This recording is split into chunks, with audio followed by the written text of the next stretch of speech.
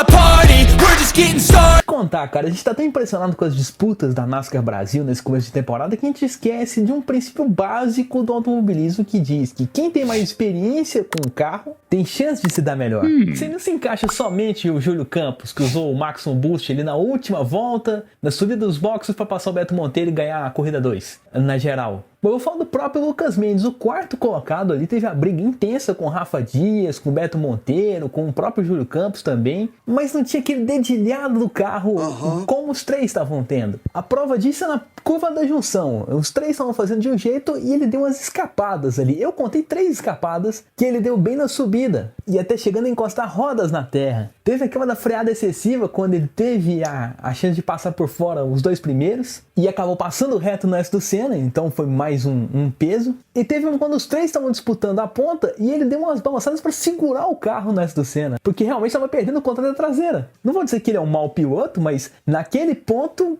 tinha um diferencial sim. O Beto eu tenho assim uma admiração grande, porque tem uma história na Stock Car, tem uma história na Copa Truck, mas a gente vê ele mesmo não tendo tanta experiência na Sprint Racing, como ele não foi campeão, igual o Júlio Campos foi campeão em 2021, dele conseguindo usar, assim, umas habilidades a mais de experiência, porque uma ultrapassagem que ele fez em cima do Júlio Campos, eu acho que ele usou o Maximum Boost, foi ele por dentro da subida dos boxes, ele mesmo tendo ali um pouco do muro da curva do café do seu lado e menos espaço para fazer a ultrapassagem, porque o carro do Júlio estava prensado do lado dele, do lado direito. Ele foi tentando e conseguiu se manter ali na linha para fazer a ultrapassagem. E falando de Maximum Boost bem usado, eu acho que, claro, a ultrapassagem do Júlio Campos em cima do Beto foi bem usado. Foi um momento assim que ele realmente agiu muito bem, deixando o melhor para o final, a potência de 40 cavalos para usar naquela última reta e ganhar a corrida. Mas para mim o melhor foi o Maximum Boost usado pelo Rafa Dias, que ele passou o Beto e passou o Júlio nos metros ali do final da subida para o começo da reta. Foi sensacional porque é aí que ele se colocava mesmo na briga pela vitória. Mas como a alegria do piloto na NASCAR Brasil dura pouco, a gente vê o tanto que Beto e Júlio se impuseram para assumir a liderança de novo, né? Para brigar pela liderança de novo. Realmente foi sensacional e mostra que a NASCAR não dá para comemorar a vitória antes do tempo. Eu não sei como é que o Lourenço Beirão não comemorou, conseguiu comemorar antes do tempo ali na corrida 1. Tava vencendo do El Torres e fez ali um zigue-zaguezinho na subida do box. Claro, são 2 categorias diferentes, mas brigar na geral é brigar na geral, né? Pela vitória do primeiro lugar entre todos. Então eu acho que ali o Léo Torres não desistiu e o Alex Sage também não. Os dois estavam colados ali, só que estavam um pouco distantes do Lourenço. Pra mim não tinha desistência nenhuma. Só o Lourenço é que estava um pouquinho mais na frente ali. Não conseguiu abrir uma vantagem maior. Mas acho que foi muito arriscado ele fazer um zigue-zague no momento da bandeirada. Não só por causa do vácuo que o carro da NASCAR Brasil dá, mas por causa das próprias traseiradas. Eu sei que o Lourenço é um piloto experiente, mas a subida do box você pode acabar escapando e pegando ali um dos muros. Tira uma onda, mas... Ó, Lourenço Beirão, toma cuidado, cara. Agora falando de modernidade dos carros, vem um assunto aqui que eu não falei na primeira etapa de Goiânia. A gente tá vivendo agora o momento dessa nova fase, né? Do GT Sprint Race virando NASCAR Brasil. E a gente se pergunta, claro, quão semelhantes são os carros da NASCAR Brasil para os carros da NASCAR americana. E nisso aí eu lembrei de uma live que eu fiz lá no começo de 2021 com o Ricardo Arcuri, nosso engenheiro. Foi a primeira live que eu fiz com ele.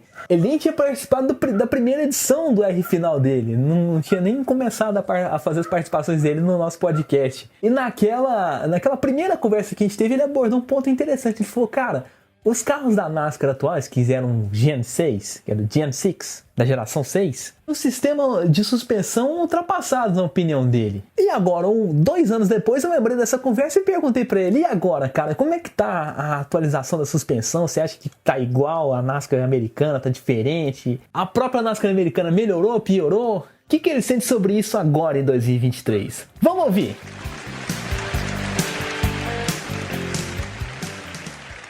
Olá, caríssimo Natan e amigos do podcast R Final. Natan, essa resposta aqui vai requerer um pouco de preparação, então enquanto eu dou uma respirada, solta um som aí, DJ!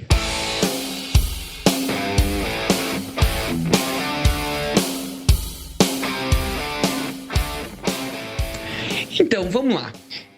Pra quem não sabe o que eu tô falando, Até o geração 6 da NASCAR, o carro usava uma suspensão traseira que era muito parecido com a suspensão traseira de uma picape Chevrolet 1968. Sim, eu não estou exagerando, é isso mesmo, era parecida com uma picape antiga.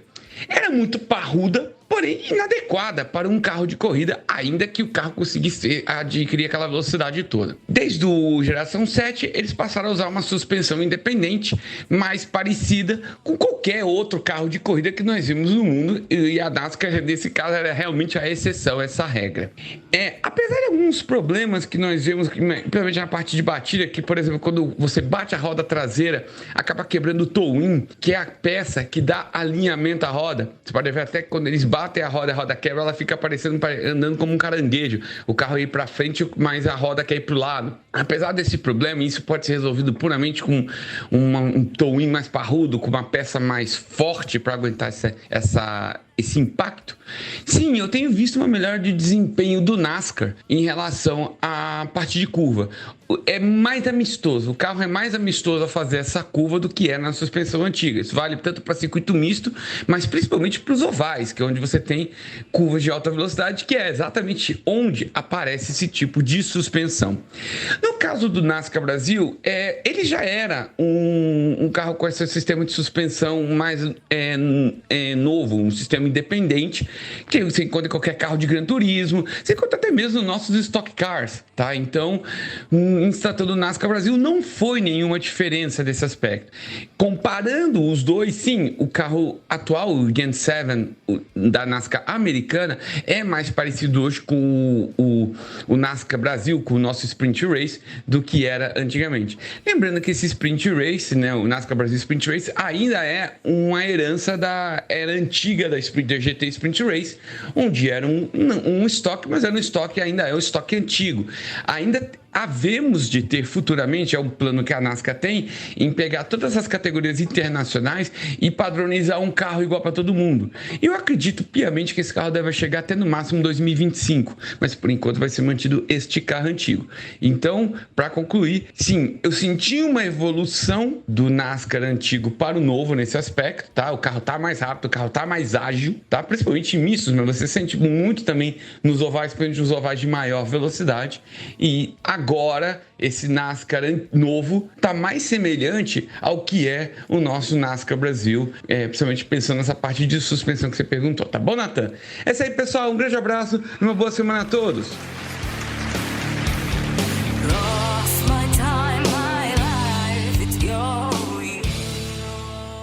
Tá aí a opinião do Ricardo Arcuri. Eu até vou acrescentar mais um ponto aqui. Essa modernização, a padronização dos carros vai ser boa até para pilotos que vão tentar categorias fora dos Estados Unidos, né? Fora da NASCAR americana. Quiserem correr ali na Euronascar, ou na NASCAR da Canadá, ou na NASCAR México, vão ter ali o mesmo carro e podem levar outros brasileiros para outros lugares. Vencer em categorias que o brasileiro não é acostumado a vencer, nem mesmo acostumado a correr. Então, assim, essa patronização, assim como acontece com a patronização dos carros de Fórmula, pode ser boa em vários sentidos para a experiência de um piloto, em poder chegar mais tranquilo em outro país, sabendo que é o mesmo carro, e também para a competitividade dele, né? Chegando sabendo que é o mesmo carro, aprendendo as pistas, em um ano e meio já pode ser competitivo em outra categoria. Ou até no mesmo ano, né? Se for uma categoria mais fácil de adaptação, pode acontecer. E falando aqui dessa semelhança dos dois carros, eu vou acrescentar até mais um ponto também, a própria segurança. Porque tanto o NASCAR Brasil quanto um carro da NASCAR americana estão aguentando bem uma pancada inteira. Aquele tipo de pancada que a frente de um carro acaba atingindo a porta de um outro deles. A gente viu isso lá em Talladega, na semana passada, em que o Ryan Preece atingiu sem querer o Kyle Larson. E agora a gente viu o Diogo Moscato atravessado sendo pego em cheio pelo Jorge Martelli ali na curva do lago. Claro, são duas pistas completamente diferentes. A curva inclinada de Talladega é completamente diferente da curva do lago em Interlagos. Mas para você ver que tanto em uma quanto em outra a gente teve danos na carenagem do carro, mas os pilotos saindo realmente inteiros. Claro, tanto em uma quanto em outra batida, as pancadas principais foram no lado direito da carenagem, onde não estava o piloto. Mas assim, pra você ver que em nenhuma das duas batidas a gente viu a carenagem sendo destruída por completo. Da gente ver ali as partes das barras de ferro aparecerem sem nada. A gente vê, primeiro de tudo, que Deus guarda. E segundo, realmente esses carros estão ficando não só muito tecnológicos, mas continua aquela segurança sendo melhorada a cada geração nova construída. Ah, faltou falar da Copa Truck, mas eu vou deixar um negócio aqui pra você. Vou deixar um gostinho de quero mais. Falar pra você acessar o portal High Speed pra ver a corrida por completo. As corridas, na verdade, né? Porque são duas baterias, a corrida 1 e a corrida 2. Então, acessa lá que você vai ter a narração do Matheus Furlan, com os comentários do Pedro Rodrigo e a ação inteira, na íntegra, da etapa de Interlagos. Então acessa lá High Speed TV para não perder, como também as redes sociais deles. Portal High Speed no Instagram, Portal High Speed no Spotify e no Deezer, se você quiser ouvir os programas em áudio, as lives, os programas gravados. Como também acessar o meu Instagram, @NatanRFinal, Natan com TH, para ver mais conteúdos que a gente posta que eu posto de autores por lá. Tem fotos, tem um vídeo gravado que o nosso amigo Luiz Felipe Ramos fez lá nos bastidores de Interlagos, que eu não vou falar qual é, você vai ter que acessar lá para ver. E tem os stories, que eu sempre acabo postando enquetes aí de automobilismo ou outros posts também relacionados às corridas. Acessa lá para você descobrir. Por hoje, até a próxima e um grande abraço.